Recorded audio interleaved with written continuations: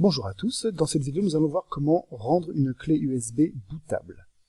Pour ça, il vous faut un petit logiciel qui se nomme Rufus, que vous pourrez retrouver sur le site rufus.ie, donc le lien sera bien entendu dans la description. Une fois sur cette page, vous descendez un petit peu, et ici dans la section téléchargement, vous avez la possibilité de télécharger le Rufus 3.8, voire plus selon quand vous regarderez cette vidéo. Donc que ce soit la version normale ou la version portable, en réalité il n'y aura aucune différence parce que Rufus est une version portable. Donc il vous faut cliquer tout simplement sur un des liens que vous souhaitez. Donc c'est un logiciel qui est très petit. Une fois ce logiciel téléchargé, vous faites tout simplement, donc là afficher le dossier, et vous faites un double clic sur Rufus. Voilà, donc tout ça, on n'en a plus besoin. Une fois arrivé ici, donc vous avez ouvert le logiciel, il vous faut sélectionner donc votre périphérique. Là, le type d'image que vous souhaitez insérer dedans. Donc moi, je vais insérer ma clé USB. Vous allez voir que tout de suite, elle est reconnue. Donc c'est une clé USB de 16 Go.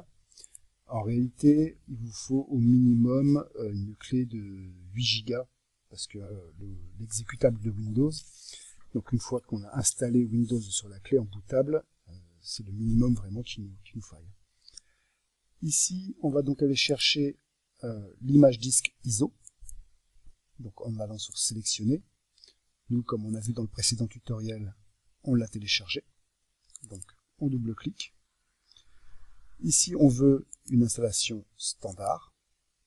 Et ici, il nous faut se mettre en MBR. Si vous mettez en GPT, vous aurez juste le mode UEFI. Nous, ce qui nous intéresse, c'est de pouvoir booter depuis la clé, donc depuis le mode BIOS. Ici, c'est tout simplement le nom de la clé USB que vous souhaitez lui donner.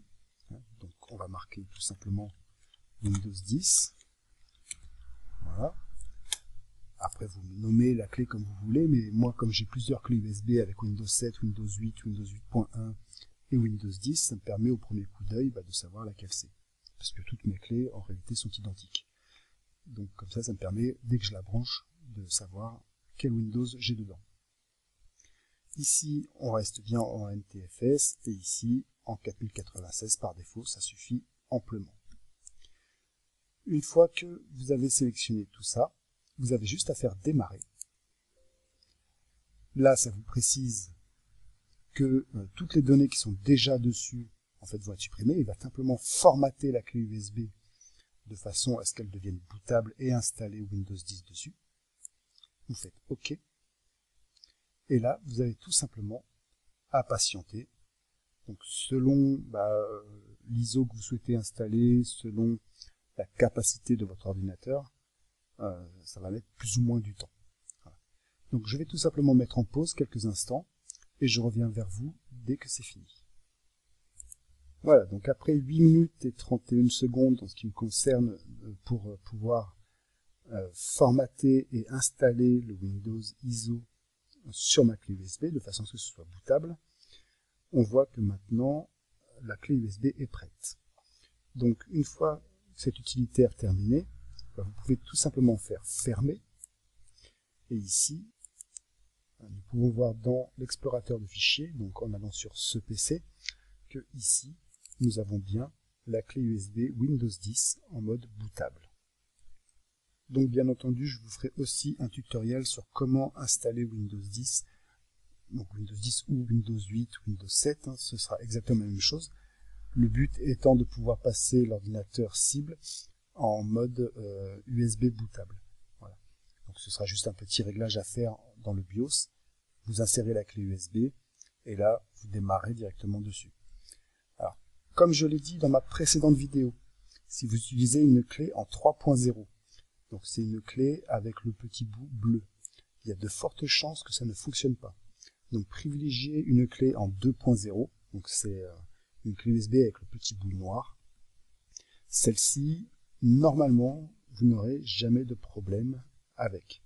Si jamais, malgré le fait que ce soit une 2.0, ça ne fonctionne pas, c'est forcément dû à un réglage dans votre BIOS, ou alors que le BIOS en question est trop ancien.